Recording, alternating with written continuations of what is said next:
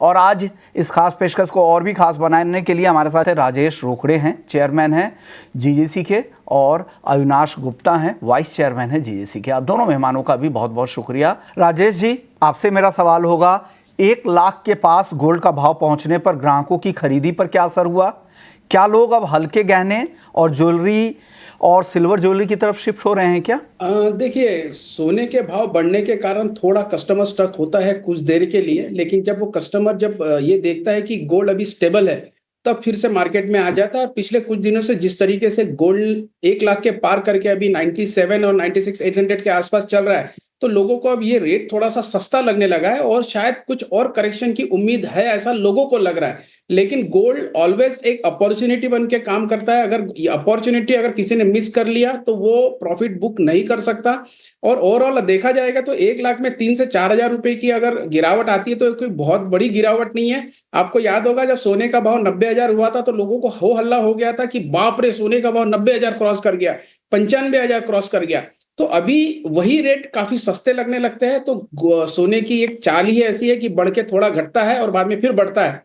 मुझे लगता है कि एक सुनहरा अवसर है। और थोड़ा सा मैं मानता हूं कि चाइना की डिमांड कम है, एक तरह से भारत में भी शादी ब्याह का सीजन नहीं है तो डिमांड में वो एक कमी है। प्लस जिस तरीके से अभी हमारे दोस्त बता रहे थे कि ईरान और इजराइल जो इनका जो वार चल रहा था, उस वार में भी परिस्थिति ऐसी बनी कि सीज फायर वाली परिस्थिति है। लेकिन एक बात उतनी ही सच है कि जिस तरीके के इजराइल और ईरान के संबंध खराब हो चुके हैं, वो फिर से पहले जैसे तो बन नहीं सकते, क्योंकि जिस तरीके से यूएस ने अटैक किया और जिस तरीके से चाइना ने ईरान को सपोर्ट किया, मतलब कहीं ना कहीं आज नहीं तो कल और टेंस बढ़ने वाला है। ये टाइम बीइंग कुछ समय के लिए रह सकता है कि थोड़ा सा माहौल थोड़ा ठंडा रह सकता है, लेकिन आने वाले दिनों में फिर से गोल्ड एक नई ऊंचाइयों पे छूते हुए हमें बिल्कुल दिख रहा है। उसके स्ट्रॉन्ग जो चीजें है वो सामने दिख रही है। सवाल राजेश जी आपसे, रिटर्न के नजरिए से क्या चांदी में दिलचस्पी ज्यादा लोगों की दिख रही है या अभी भी गोल्ड उनकी ज्यादा पहली पसंद है? एक ज्वेलर्स के तौर पे आपने क्या अनुभव किया है? देखिए, चांदी का डिमांड तो बड़ी है, उसमें कोई दो मत नहीं है। चांदी जिस तरीके से 2023 और 2024 का ही रिकॉर्ड देखते हैं तो 3400 डॉलर से, सॉरी 3400 टन से 6800 टन के आसपास का इंपोर्ट, ये दिखाता है कि चांदी में बहुत ज्यादा इजाफा हुआ है इंडिया में ही इंपोर्ट में। तो ओवरऑल वर्ल्ड में भी काफी खपत बढ़ी है और सबको ही पता है कि चांदी जिस तरीके से इलेक्ट्रॉनिक व्हीकल्स में यूज की जा रही है, इलेक्ट्रिकल व्हीकल में यूज की जा रही है, या फिर इलेक्ट्रॉनिक चीजों में यूज की जा रही है, इंडस्ट्रियल यूज इसका 58% के आसपास है, वो घट नहीं रहा है। तो चांदी की डिमांड वर्ल्ड वाइड है और इस वजह से सिल्वर में बहुत लोगों को अच्छी खासी अपेक्षा है कि सिल्वर एक नया रिकॉर्ड बनाएगा। अभी इंटरनेशनली $35, $35.5 के आसपास सिल्वर चल रहा है। लेकिन अगर रेशो के हिसाब से देखते हैं तो शायद सिल्वर में बहुत ज्यादा तेजी की उम्मीद अभी भी है, क्योंकि सिल्वर ने अभी भी अपना रिकॉर्ड तोड़ा नहीं है। गोल्ड ने तो रिकॉर्ड पे रिकॉर्ड बनाए हैं और तोड़े भी है, लेकिन सिल्वर ने अपने रिकॉर्ड अभी तक के तोड़े नहीं है। $49 जो उसका हाईएस्ट रिकॉर्ड है, शायद अगर वो रिकॉर्ड आ जाता है तो चांदी मुझे लगता है 1.5 लाख से और 1,75,000 के आसपास इसी साल दिखने की उम्मीद है।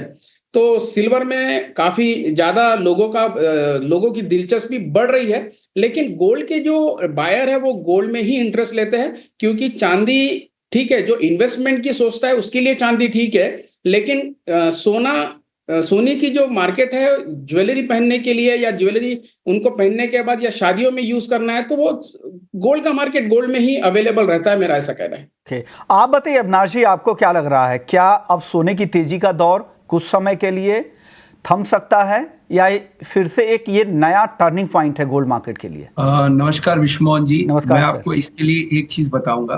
गोल्ड कंसोलिडेशन फेज में है। आज मैं ये बोलूंगा कि 3250 से 3450 का जो विंडो है, ये कंसोलिडेशन फेज है। अभी जैसे हमारे दोस्त ने बताया कि कोई ट्रिगर नहीं दिखता है, आज ही I was reading the news, एक टसल यूएस में चल रही है, sanctions to Russia, China and India, जिसके अंदर की वो लोग प्रेशर डालना चाहते हैं रशिया के ऊपर यूक्रेन का वार बंद करने के लिए। And they want to make stringent policy wherein they are talking about 500% tariff on those countries who are going to buy crude oil from Russia. और आप ये देखिए, जिसके लिए कि ट्रंप तैयार नहीं है, तो आज जो हमारे साथ में एक चीज हमको देखनी पड़ेगी कि बहुत ज्यादा एक उथल पुथल की कंडीशन है, और जहां पर उथल पुथल होती है वहां पे सेफ हेवन के जैसे गोल्ड को सब लोग बाइंग की तरफ जाते हैं। तो आज मैं ये बोलूंगा कि बहुत ही स्ट्रॉन्ग कंसोलिडेशन फेज में है, और जैसे जैसे आपको एक और चीज देखनी पड़ेगी कि $3300 के जैसे ही नजदीक आता है तो सेंट्रल बैंक की बाइंग आती है, और जो लोग साइडलाइंस में बैठे हुए हैं $3400 $3450 के आसपास जैसे ही आता है वो प्रॉफिट बुकिंग करते हैं। तो जब हम आप दोनों चीज को देखते हैं तो वो कंसोलिडेशन फेज में पूरी तरह से बैठा हुआ है। आज भी डॉलर के ऊपर से जो स्ट्रेंथ डॉलर की थी उसकी तरफ से लोग शिफ्ट हो रहे हैं गोल्ड की तरफ, सेंट्रल बैंक्स। तो मुझे नहीं लगता है कि आज की डेट में भी कोई बहुत ज्यादा सरप्राइज एलिमेंट एकदम से आपको आकर के गोल्ड नीचे लेकर जाएगा, ये मुझे नहीं लगता है। मैं अभी भी यही बोलूंगा कि gold still is in a positive phase of the price front. Rajesh ji, नीचे की तरफ कहां तक सोना आ सकता है और ऊपर में आप क्या देख रहे हैं, कहां तक भाव जा सकता है इस साल के लिए, 2025 के बचे हुए महीने के लिए? देखिए, गोल्ड में ऑलरेडी 10% का करेक्शन उम्मीद की जाती है, और 10% का करेक्शन में से अगर देखा जाए तो 4% का करेक्शन हो चुका है। अगर मोटा मोटा मैं देखता हूं तो और 2-3 हजार रुपये या 4,000 तक के और करेक्शन आने की उम्मीद है। लेकिन ओवरऑल अगर बढ़ने की अगर मैं अगर टारगेट देखूं तो सर 1,10,000 भी मुझे कम लगता है, उसके ऊपर भी गोल्ड जा सकता है।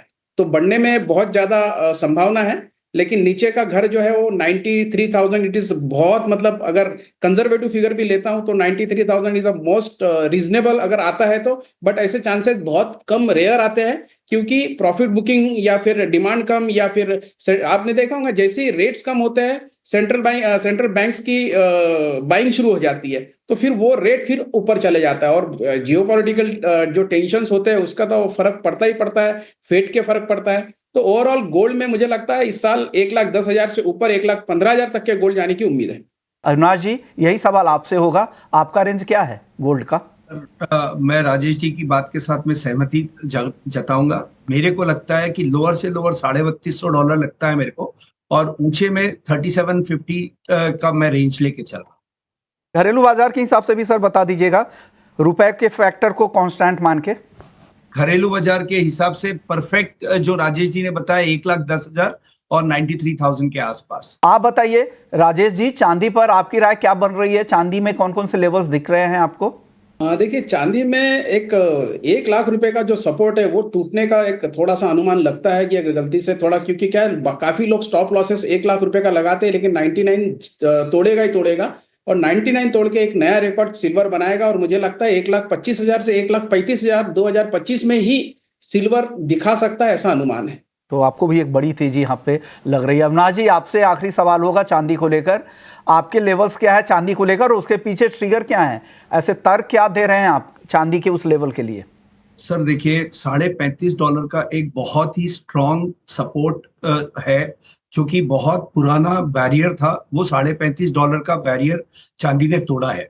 तो उसके हिसाब से 1,05,000 से नीचे मैं चांदी नहीं देख रहा हूँ फॉर श्योर। मैं फिजिकल मार्केट की बात कर रहा हूँ, I am not talking about MCX। मैं फिजिकल मार्केट में 1,05,000 से नीचे नहीं देख रहा हूँ, और फिजिकल मार्केट में मुझे लगता है कि $50 इस साल के अंत में 100% क्रॉस करेगा, और मुझे ये लगता है कि 1,35,000 1,40,000 रुपए भी फिजिकल में चांदी इस भाव के हिसाब से टच कर सकती है, क्योंकि चांदी के बहुत सारे इंपॉर्टेंट रीजंस हमको समझने पड़ेंगे।